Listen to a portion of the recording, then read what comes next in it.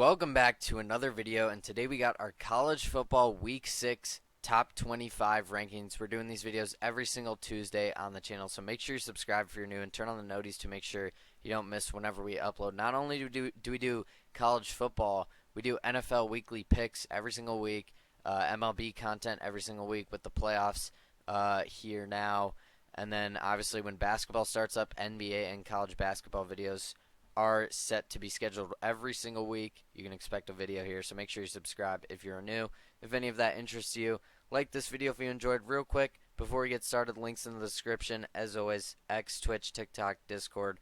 Make sure you follow all those, join all those, whatever you'd like to do. Real quick, before we get into our 25th ranked team, I just want to give some honorable mentions. Some guys that just barely, missed the cut. UNLV is a team that I was very close to ranking. Indiana, another one. They were probably the closest. Maybe Arizona as well. They might potentially be closer than Indiana.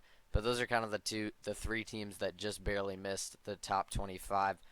Getting into our 25th ranked team, I'm gonna have Nebraska here. I'm still gonna have them ranked. They're not moving, so staying at 25 from last week. They go into Purdue, win 28-10, take care of business. And it's really all you could have asked them to do. Now, they did struggle in the first half. Really couldn't get the ball moving. But in the second half, they came out, scored 4 touchdowns. I think Nebraska's going to be okay. Dylan Raiola threw for 257 yards and a touchdown. They had a nice game defensively. I like Nebraska here. I'm going to keep them ranked. They're not ranked in the AP poll, but I think they deserve to be ranked. So I have them at 25. This week, they got Rutgers coming to town. This game is actually going to be a very close game, I believe. Nebraska's favored by 6.5, probably because they're at home. I think the fact that they get this at home is enough for me. I think it's a low-scoring defensive game. I think they win 24-17. Rutgers could definitely win this game, though. If Rutgers wins, they'll probably be ranked, honestly. I mean, Rutgers will be 5-0 at that point with a win over Nebraska. So that definitely could be interesting there, but I do think Nebraska wins with it being at home. Moving on, though, to our number 24 ranked team, it's going to be Texas A&M. Now, I was very close to dropping A&M out of the rankings this week, but I figured I'd keep them in because if they lose this game to Missouri, they'll get dropped out of the rankings. If they win, though, they'll be moving way up. So, with that being said, I kept them in for one more week. We'll see what happens this week against Missouri. We'll get to what I think about that game in a second. But they do beat Arkansas here by 4 points. It was a very close game. Arkansas got out to an early lead, and it was tied at halftime 14-14. But neither team could really do much in the second half. A&M does pull out late, and they get the win. Marcel Reed, 163 passing yards, 2 touchdowns, 13 rushing yards and a touchdown. He had a pretty good game. Noah Thomas receiving-wise, 109 receiving yards and a touchdown. Only 163 passing yards in total, by the way. So that's pretty crazy. A&M does survive over an Arkansas team that I actually think is pretty solid. I think they're a little bit underrated. With that being said, though, they got Missouri coming to town, and this is a huge matchup because Missouri coming off the bye, A&M needing kind of a win like this to rejuvenate their season, I guess you could say, because they still got LSU, they still got Texas A&M, they still got to go at South Carolina and at Auburn. Neither of those are easy games as well, and also at Mississippi State. None of these games are easy in the slightest. If they get a win here, they'll really boost their season and potentially, maybe rejuvenate themselves. They get it at home, which I think is huge. It's not a night game, though. A&M's actually favored by 2. I'm pretty surprised to hear that. I could definitely see A&M winning this game. I'm pretty sure I had A&M winning this game in my preseason prediction. Now, though, week 6, we've seen 5 games from every team, well, from some teams. I think Missouri does win, but I think it's a close game. I think they win 27-21. I think it's a little bit more low scoring than some might think, just because A&M not necessarily known for being a great offensive team. I think they slow them down, but I do think Missouri is overall the better team here. I think they win. Definitely a close game, though. Number 23, you got Illinois moving down 6 spots. They lose here against Penn State, and I mean, yeah, this one was a tough one. Going at Penn State is never an easy, ask, especially with a team that is really just, kind of coming up now after the win against Nebraska. With all that being said, though, Illinois didn't necessarily play a bad game in any, sense. On the road against a Penn State team that's very good defensively. Illinois just couldn't get the ball moving, really. Luke Altmaier, 185 passing yards, a touchdown, and a pick. Only 34 total rushing yards for this team. It wasn't, a great showing for them offensively. But like I said, I didn't expect them to go out there and win this game. This is kind of what I expected from them. They got a bye this week, so they will not be playing Purdue. Moving on to number 22, it's going to be Louisville. Now, Louisville just went into South Bend and played a pretty competitive game with Notre Dame. This is kind of, again, what I expected. I did expect Notre Dame to win, but a lot of people thought Louisville could go in there and win. They do end up losing. They come a little bit short. But Tyler Show had a solid game, 264 passing yards, 3 touchdowns, and a pick. I think Louisville has a very real chance to make the ACC championship game. Now, they will have to overcome Miami and Clemson now. Miami we'll get to in a little bit. Maybe they're not as good as some would have originally thought. So Louisville definitely still in the cards here for the ACC championship game. Don't rule them out yet. I mean, they still don't have a conference loss. So now this game, home versus SMU. This is an SMU team that I was very high in preseason. I think they're a very good team still. They're 4-1 on the season. I do think Louisville wins, but it does scare me coming off this huge, loss. It's a very tough game. I could definitely see them laying a stinker here. I do think overall Louisville is better. I think Tyler Show gets the job done for them. I think they win 34-27. Number 21, I have Boise State continuing to move up. Now up to number 21, 2 spots up in the rankings. And Boise State, man, Ashton Jeanty has got to be the favorite for the Heisman. I mean, he's got to be. He has 845 rushing yards through 4 games. He's on pace for 2,400 yards. That is ridiculous. He has 13 touchdowns in 4 games. So he's averaging over 3 touchdowns a game. Ridiculous stuff. With all that being said, they get a dominant win. I don't want to say dominant. It was slow to start, but they win by 21 points against Washington State. And yeah, Washington State was a team that I was actually pretty high on. A lot of people, they got a lot of votes in the AP poll last week. Not anymore. Boise State takes care of business. I think they do a similar thing here to Utah State. I think Ashton Jeanty rushes for another great game. I think they win 48-17. Number 20, I have Iowa State also moving up 2 spots in our rankings. They moved to 4-0, 1-0 in conference. They beat Houston 20-0 on the road. And now their upcoming game is home against Baylor. Now, when looking at this game, Baylor, not anything, crazy here. I think Iowa State gets the win over Baylor. I think they win 24-14. Again, very low-scoring game, but I think Rocco Beck has enough in the tank. They're favored by 11.5. I have them winning by 10. This is going to be a low-scoring game. All their games are. But I do think they win. I think they're overall the better team. And Iowa State's starting to get themselves in the conversation for the Big 12 because, Kansas State has a loss. Oklahoma State has 2 losses now. Utah has a loss. So Iowa State really just flying under the radar, I feel like, kind of sneaking their way up this conference. We'll see if this will continue. But number 19, I have Oklahoma moving up 1 spot. They survive on the road against Auburn. I expected this to be a close game, especially with it coming off the Tennessee win. I'm actually impressed they did win this game. So I move them up 1 spot. But again, Oklahoma. What we're really going to focus on is this game here, the Red River against Texas. Now, they are on bye this week, so it's not going to be this week's, but next week's next week's top 25 rankings. Oh, man, we're going to have a whole lot of games to talk about because next week is a loaded slate along with the week after that, then these next two videos are going to be crazy. This week, a little bit of a weaker week, I guess you could say, especially compared to last week, too, with Bama, Georgia. But still, some solid games here and there. But yeah, Oklahoma not playing this week, so we will move on from them. Number 18, Kansas State moving up 3 spots. They get a blowout win over Oklahoma State. Honestly, they probably should have won by more than 22 points. It wasn't a close game at all. They end up winning 42-20. Avery Johnson just really does whatever he wants. Yeah, I mean, Oklahoma State just couldn't do anything really. I mean, it was a close game in the first half, but in the second half,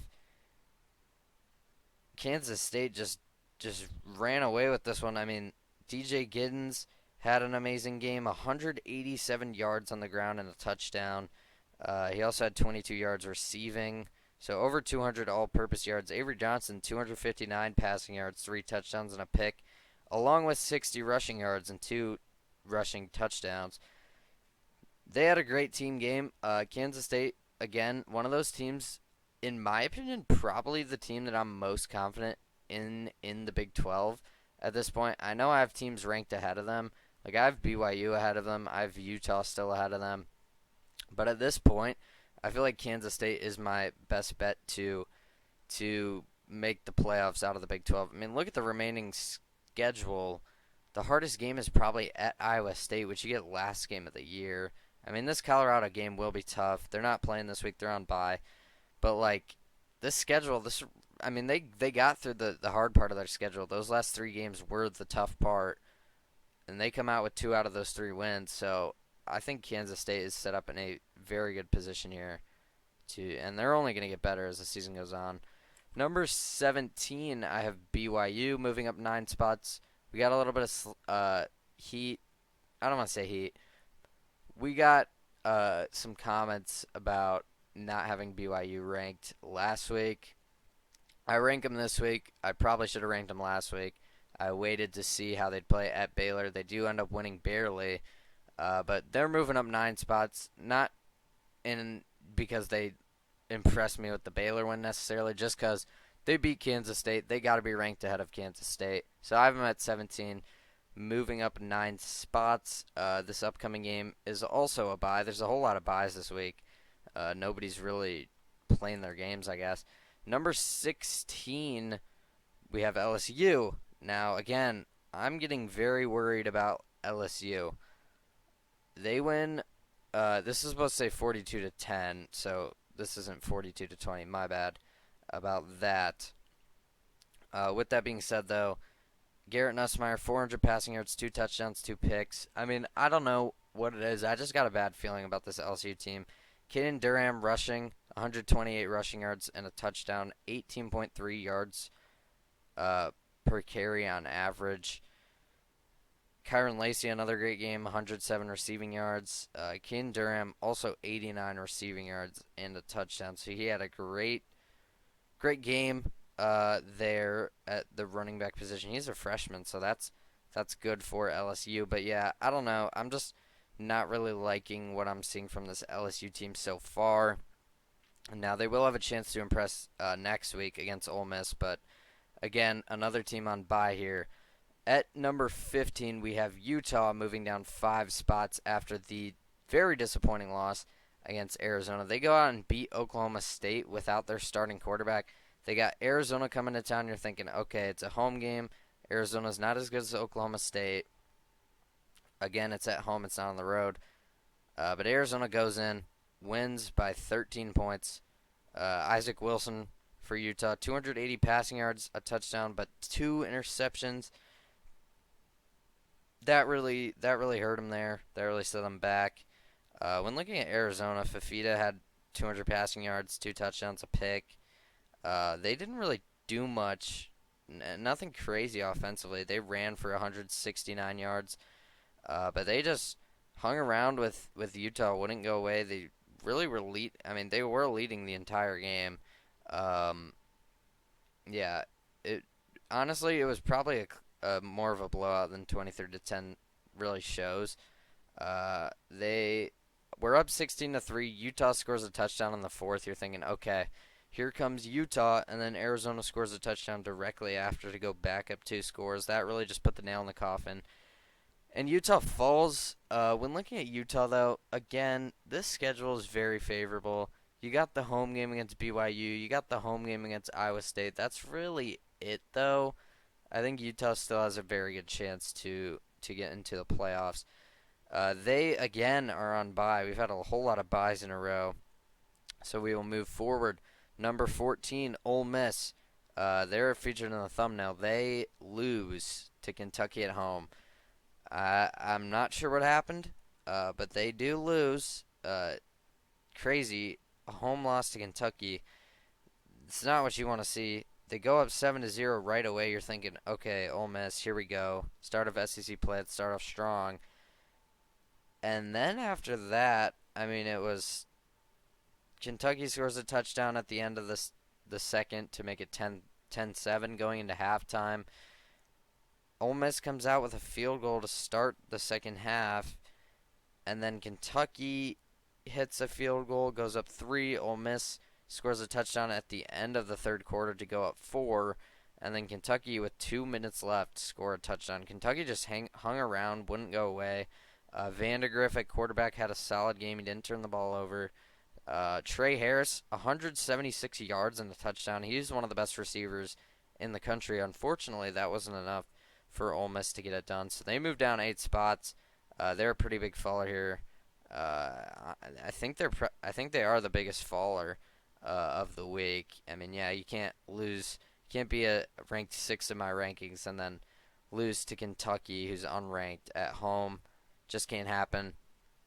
Finally, somebody is not on bye at South Carolina. I do worry, honestly. This is probably a worse matchup for them than the Kentucky game. Now, do I think they'll lose 2 in a row? I don't think so. I think they'll come out ready to go in this one. This could be a trap game, though, with at LSU looming. But is it really a trap game? I mean, they lost last week, so I feel like they're going to be extra prepared for this one. I think they went 33-20, but it's hard for me to predict a blowout just because of how they looked last week.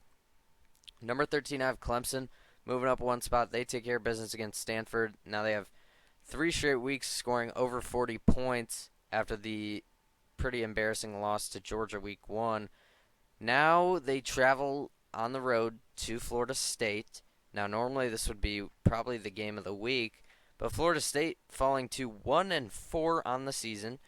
DJU is going to be out for the next month with a broken finger. It is on the road. I don't think it matters. I think it's close just because it's a rivalry game and they have it at home. But I think Clemson will win this game. I think they're just much better. Florida State, what an absolute dumpster fire this season. I think Clemson gets it done. I think Cade Klubnik has a very nice game here. And I do think they end up winning this one 28-17. I think it's a little bit more low scoring than the past couple games for Clemson, though. Number 12, I have Notre Dame moving up 3 spots. They get a much-needed win over a ranked Louisville team. This was a great game, competitive the whole way through. Notre Dame comes out on top. I think they needed this. I move them up 3 spots up to number 12. I'm a little bit higher on them than the AP poll, which has them at 14. When looking at Notre Dame, though, I mean, you can't take this loss out, but if you take that loss out against Northern Illinois, they have a road win against a ranked A&M team. They have a blowout road win against Purdue and a home win against a ranked Louisville. I mean, that's obviously you can't take out the loss, but if you do, that's a top 10 resume. In my opinion, yeah. It's hard to forget that Northern Illinois game happened, but honestly, is that the team that we're going to see for the rest of the year? I don't think so. I think Notre Dame is going to win the rest of these games on their schedule. Now, at USC will be tough. They could definitely drop that one. But I think Notre Dame kind of has stuff figured out a little. I don't think they're going to drop a game like that again. This week they're on bye, so no prediction there. Number 11, I have USC. Coming off a pretty dominant win against Wisconsin, 38-21. Now it was pretty close for a while, but USC does come out on top. Wisconsin was actually up 21-10 at halftime. USC in the second half, though, scores 4 touchdowns, and really just they took care of business. They were the better team in this one. They struggled in the first half. They figured it out. Miller Moss, 308 yards, 3 touchdowns, and a pick. Woody Marks, 60 yards on the ground. They had a nice game. They come back and win this one.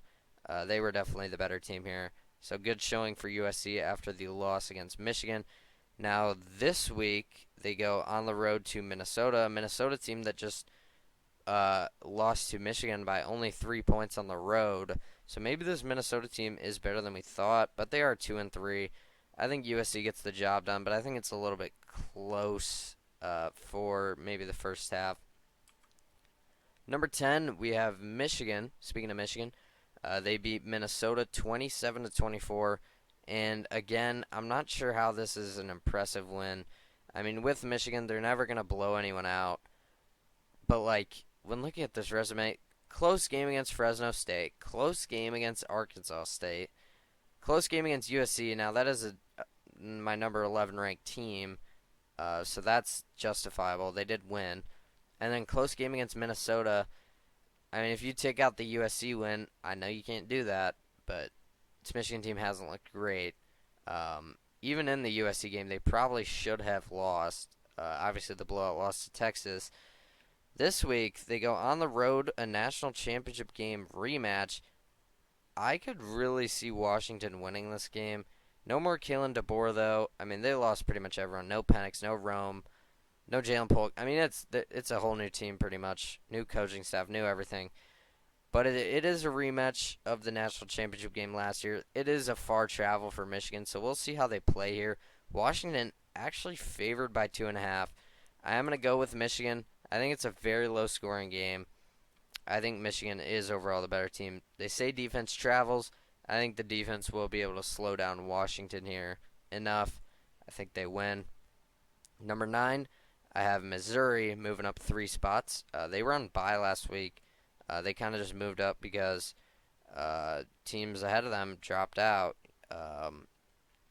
With that being said, though, when looking at Missouri, yes, they've had 2 very close games back-to-back weeks. At A&M, you already know. I think they're going to win. I mean, this could go either way. A&M's favored in this game. I don't blame Vegas for doing that. But Brady Cook, Luther Burden, that duo, it's just hard to go against that. They have a very good offense. I know they haven't shown it really in the past 2 weeks. And that Vanderbilt loss does scare me a little. Sorry, that Vanderbilt close win does scare me a little bit. But Vanderbilt's a team that I think is better than some people think. I think we'll find out a lot about them. This is definitely their hardest matchup up to this point. I think we find out a lot about them this week. I do think they win 27-21. I just think their offense is too good for A&M. I don't think they'll be able to keep up. I think they'll get slowed down, but ultimately they're not going to get stopped. I think they score enough points here and win this one 27-21 on the road. Number 8, I have Miami moving down 1 spot. Now, this is a team that I need to talk about because Miami, everybody was on the Miami train. I've seen people put them inside their top 3, which I think is kind of crazy. I think I had them as high as 5, maybe 6. I don't know if I had them 5. I definitely had them at 6 at one point. They've kind of been slowly creeping back down. Everyone was high off that absolute just domination against Florida week 1 on the road. And they looked really good through the first 4 weeks. Now, last week they should have probably lost. They called the Virginia Tech Hail Mary a touchdown, overturn it after questionable evidence, but Miami survives. They get the win. Again, very close game, struggle game to start out ACC play. Do I think they'll play like this rest of the season? No. But if they play like that against Louisville on the road, I don't think they win that game. So, I mean, Miami's lucky they have a very easy schedule, but that was definitely a game they probably should have lost. Now, this week on the road against Cal, I think this game is actually, again, closer than some think. This is a pretty hefty travel for Miami, but I think Cam Ward gets it done. I think they score enough points. I think it's close for maybe a quarter and a half, but I think Miami does end up winning. They're favored by only 10. I've been winning by quite a bit more than that. I think they have a pretty solid bounce back game here. I think Cam Ward plays his heart out. Number 7, I have Penn State. I think at this point, this is a bit of a tier separation. I usually would include Miami, but I don't feel like I can do that anymore. I think these next two teams are kind of in a separate tier where they're not, at this point, in my opinion, national championship contenders, but they're definitely teams that can make deep playoff runs. Starting off this tier is Penn State. They are 4-0. They win against Illinois 21-7 here. And, I mean, yeah, they looked pretty good. I mean, this is kind of what I expected from them. Defensive game. They just do as much as they needed to do, really. Yeah, I was impressed. Illinois looks like a pretty good team this year, so they do hold them to only 7 points. The defense does look elite. I think we see kind of a similar game. I think they score a little bit more against UCLA, just because UCLA is not as good as Illinois on either sides of the ball, but especially defensively. I think Penn State gets the win there. Number 6, I have Oregon moving up 3 spots now. I believe they weren't on bye last week. They take care of business on the road against UCLA, 34-13. They go up 28-3 very early in the game. They throw a 96-yard pick six to end the half. It probably should have been 35-3 at halftime. That would have been a much different story. But Dylan Gabriel has a nice game. Tez Johnson, another great game. Jordan James as well. All those. Jordan James, Tez Johnson, 103 yards, 121 yards respectively. 1 touchdown to 2 touchdowns respectively. And Dylan Gabriel threw for 3 passing touchdowns. Like I said, they had that one 96-yard pick six, but they didn't score a touchdown besides that. Oregon is a team that I think is starting to play where we expected them to play, preseason.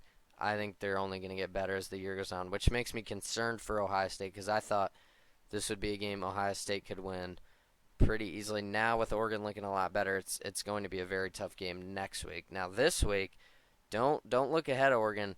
You got a Michigan State team coming to town who just kind of got handled by Ohio State. They lost 38-7. But I wouldn't overlook them whatsoever. I don't think they do. I think they're playing with a little bit of a chip on their shoulder after the two, week 1, week 2 struggle games. So I think they're starting to figure things out, and that's kind of why I have them jumping teams like Miami, Penn State, Ole Miss. I had them jumping as well. Moving on, though, to our number 5 team. Again, I think this is a little bit of a tier separation. These are kind of my definitive national championship contenders as of right now. Now, this is obviously subject to change. Anything can happen here week to week on a week-to-week basis. But looking at Georgia, they moved down 2 spots. I had them ranked at number 3 last week. I know, pretty crazy. I had them ranked at number 3 last week. Lower than most. Now I drop them to 5 after the loss against Alabama. They lose by 7. Now this game, let's talk about this game for a little bit. Bama goes out, just guns blazing. They go out to a early lead. It might have been 28-0. Yeah, it was 28-0 at a point in this game. Very early in the second quarter. Georgia was turning it over. They looked bad. I mean, really. Georgia scores a touchdown mid-second quarter finally to make it 28-7. Then Bama gets a safety, making it 30-7 going into halftime. You're thinking, oh, man, Alabama is elite. Is Georgia a fraud? When looking at the second half, though, Georgia comes out, scores a touchdown, gets the 2-point, making it a 15-point game. Bama kicks a field goal to go up 18. Heading into the fourth quarter, though, Georgia scores a touchdown with about 10 minutes left. They get a stop. They score another touchdown, making it 28-33. They then get another touchdown off of a 67-yard pass from Carson Beck, go up 34-33. There was a whole lot of turnovers in this game. It was honestly a pretty sloppy game, all things considered. But both these teams we will say look elite. Alabama, Georgia's defense in the second half, they had Alabama figured out. Alabama could not do anything until Georgia, they scored a field goal in the second half. That was it until Georgia, all the momentum in the world, after coming back from down 33-15, going up 34-33, 19 unanswered points. Bama, direct next play, throw a fade route to Ryan Williams. He catches it. He spins off the defender. He scores a 75-yard touchdown. They go up 41-34. And at this point, Georgia gets the ball back. One last chance here to drive down the field. They ultimately throw a pick. Carson Beck finishes with 3 picks on the game. 439 passing yards and also 3 touchdowns, but the 3 picks really hurt them. A lot of them were early. He does throw the game losing one as well. This was a whole lot more high scoring than I thought it would be. I will say about Georgia, I feel pretty good about them still. People aren't going to like this because they did just lose and they looked bad in the first half. You'll see this one with good teams, though. The fact that they were able to turn the momentum on its head and probably should have won that game. I mean, if they don't give up that deep ball to Ryan Williams, what are the chances Alabama has a complete drive down the field? Because we hadn't seen that the entire second half. Georgia's defense had them in a box in the second half. If Georgia plays against Texas, Ole Miss, Tennessee, like they did in the first half, they're going to lose all those games. They play like how they do in the second half, though. They're going to be tough to beat by any team. And you could say the opposite. You could flip it around with Alabama. But yeah, I mean, Georgia looked very good in the second half. That's kind of what I'm thinking here, so I don't drop them too far. Georgia's still definitely a national championship contender. With that being said, though, they play Auburn here this week. I think they have a nice revenge game. I think they take it out on Auburn. I think they win 37-14 here, no problem. Number 4, we have Tennessee, a little bit of a breather before we get into the real, the elite teams, I guess you could say. Now, Tennessee is definitely an elite team, and like I said, I think they could win the national championship this year. This defense is elite. They've only given up 15 points at most in a game this year. Upcoming game at Arkansas. Upcoming game at Arkansas. Arkansas is a team that I think is better than most people think. I think Tennessee, though, gets the job done. I think they went 37-21 here. They were coming off a bye last week, so not much to talk about for them. Number 3, I have Ohio State. They take care of business on the road in Michigan State. Some people thought they would struggle here, not me. They win 38-7. Good stuff from them. The defense looks like one of the best in the country. They're playing up against another elite defense in Iowa. I think it's a low-scoring game for maybe the first quarter. I think Ohio State is bound to score points. I think they went 35-6. I don't think Iowa gets really anything going offensively. But they don't overlook this game because Iowa's still a good team. But next week at Oregon, that is going to be a very hard game. So, again, don't overlook this game. We are going to really find out what Ohio State is this year in these next 4 weeks. I mean, look at this next 4-week stretch. Iowa at Oregon versus Nebraska and at Penn State. The 2 road games are against my 6th and 7th ranked teams in the country. Nebraska also ranked, and Iowa was ranked at some point in this year. They definitely could be ranked later in the season. So we're going to find out what Ohio State really is in this 4-week stretch, but I do think they win this week. Number 2, we got Texas. Archie Manning continues his reign here as the quarterback. Do I think he will be the quarterback for the rest of the season? No. I still believe this is Quinn Ewers' team. With all that being said, though, they get a nice win, 35-13 over Mississippi State. I thought it would be a little bit closer than some people thought. I didn't think it would be a blowout game. This is kind of what I expected here. So, yeah, nothing bad to say about Texas. The only reason they moved down is because there was a team, you guys all know who's number one, that I felt like deserved to be moved up. This week they're on bye, so not much, no prediction here for me. But our number one team is going to be Alabama. I said this last week. Whoever wins this game will probably be number one this next week. Bama deserves it. I mean, look at this resume. They have the best win in college football right now. That's really it. Jalen Milroe is, as of right now, potentially the Heisman favorite. He probably, is he? In betting odds, he probably is. Now, if I was voting, my finalists right now would probably be Ashton Jeanty number one, Travis Hunter, then Milroe. And then the fourth slot, it's kind of interchangeable. You can maybe throw in Cam Ward. But as of right now, he's probably the betting favorite. I couldn't tell you who is. With that being said, though, Alabama, I feel like people are talking about how Georgia played in the second half and how, typically, people say this a lot, typically with good teams, they will find a way to win. They will, as the game goes on, as the game gets more and more into it, the good team will tend to pull away. Just because the more snaps that are played, the more likeliness it is that the good team, the better team, I will say, ends up winning. And that almost happened here. That probably should have happened. Georgia probably should have went into Alabama and won this game. They were winning with 2 minutes left in the fourth after the amazing comeback, and Ryan Williams just saves Alabama, scores that touchdown on the deep ball. He is ridiculous. One of the best receivers in the country, if not the best, and he is at the ripe age of 17 years old. So, crazy stuff.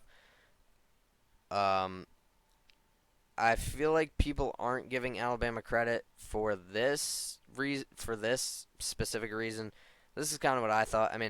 Georgia, all the momentum in the world, 19 unanswered points. Alabama could not get anything going offensively. If you're Georgia, how do you allow that to happen? You have everything going for you. Alabama could not get anything. You give up a 75-yard touchdown directly after you take the lead for the first time in the game. People aren't giving Alabama credit for that, at least I think. They came back no momentum whatsoever, and they go out and score, find a way to stop Georgia, force the turnover, they win. They're the number one team right now. I don't think it's really a question. Now, if Alabama and Georgia were to play again, who do I think would win? Probably Georgia, if we're being honest with ourselves. But Alabama gets the win. That's all that matters. They got the win. They've scored over 40 points in all of their games this season. Elite offense. Ryan Williams is an absolute monster. Upcoming game at Vanderbilt. I can see them struggling in this one. I think it's a little bit of a close game, closer than you may think. But they're still going to win. There's no way they lose this game. But, yeah, that's going to do it for the Week 6 College Football Top 25 rankings. Huge week in the sport. This week, not crazy, but Week 7 and Week 8, those matchups, these next couple weeks, we are really going to find out who is legit and who is not. So it's a very exciting time to be on the channel. Make sure you subscribe. Like I said, every Tuesday we're making these. NFL picks come out every Wednesday, MLB videos weekly, and when basketball starts up, we have college basketball and NBA videos weekly as well. There's times in the year we're posting 4 or 5 times a week, so make sure you subscribe if any of that interests you. Turn on the noties to make sure you don't miss whenever we post. Like this video if you enjoyed. Comment down below what you think about my rankings, what you agree, what you disagree. Let me know. I'd love to debate in the comments. Links in the description, as always, X, Twitch, TikTok, Discord. Make sure you follow all those, join all those. With that being said, though, hope you guys enjoyed this one. I will see you guys tomorrow with our Week 5 NFL picks.